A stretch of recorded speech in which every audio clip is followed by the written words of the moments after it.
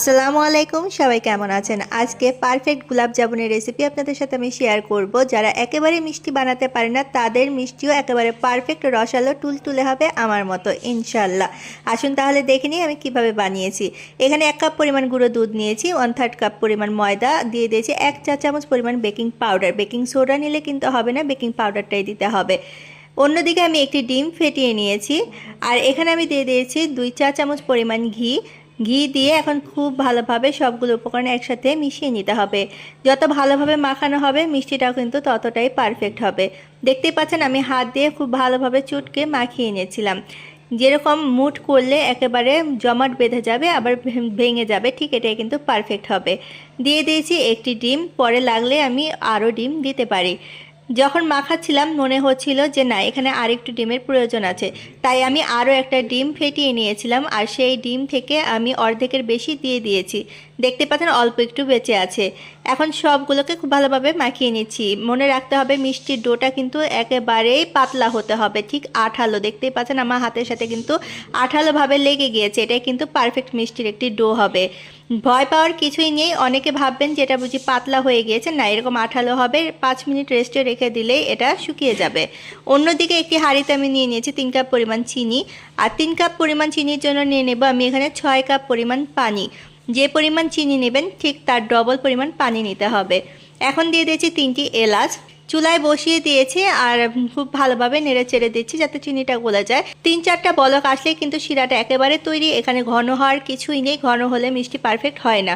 শিরাটা আমি সাইডে রেখে দিয়েছি। অন্যদিকে দেখতেই পাচ্ছেন মিষ্টিটা কিন্তু 5 মিনিট পর পারফেক্টভাবে শুকিয়ে গিয়েছে। এখন কিন্তু সেই আঠালো ভাবটা কমে গিয়েছে। হাতে আমি ঘি মাখিয়ে নিয়েছি আর চামচের সাহায্যে ডো নিয়ে আমি মিষ্টির শেপ দিয়ে নিয়েছি। চামচ দিয়ে নিলে মিষ্টিগুলো একেবারে পারফেক্ট শেপের হবে। দেখতে পাচ্ছেন গোল গোল করে মিষ্টি তৈরি হয়ে গিয়েছে। আর অন্যদিকে আমি একটি কড়াইতে তেল দিয়ে দিয়েছি আর একেবারে লো আঁচ রেখেছি, আর একটি একটি করে আমি মিষ্টি এখানে দিয়ে দিচ্ছি। দেখতেই পাচ্ছেন মিষ্টি দিচ্ছি আর অন্য মিষ্টিরা কিন্তু একে একে নিজে নিজেই ঘুরে ঘুরে যাচ্ছিল, আর মিষ্টিগুলো কিন্তু এখন ডবল হয়ে যাচ্ছে, আপনারাই দেখতে পাচ্ছেন।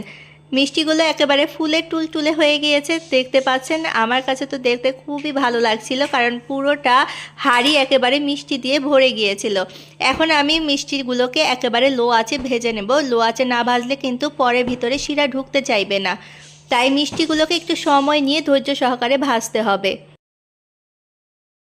একেবারে আমি লালচে কালার করে নিচ্ছি, আর নামানোর পরে কিন্তু কালারটা আরেকটু গাঢ় হয়ে যাবে, তাই এই দিকে খেয়াল রাখতে হবে।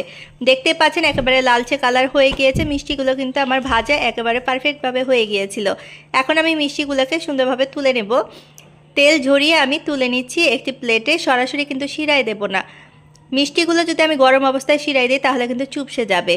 এখন মিষ্টিগুলোকে একটু রেস্টে রাখছি 5 মিনিটের জন্য, আর অন্যদিকে আমি সেই শিরাটাকে চুলায় বসিয়ে দিয়েছি গরম হওয়ার জন্য।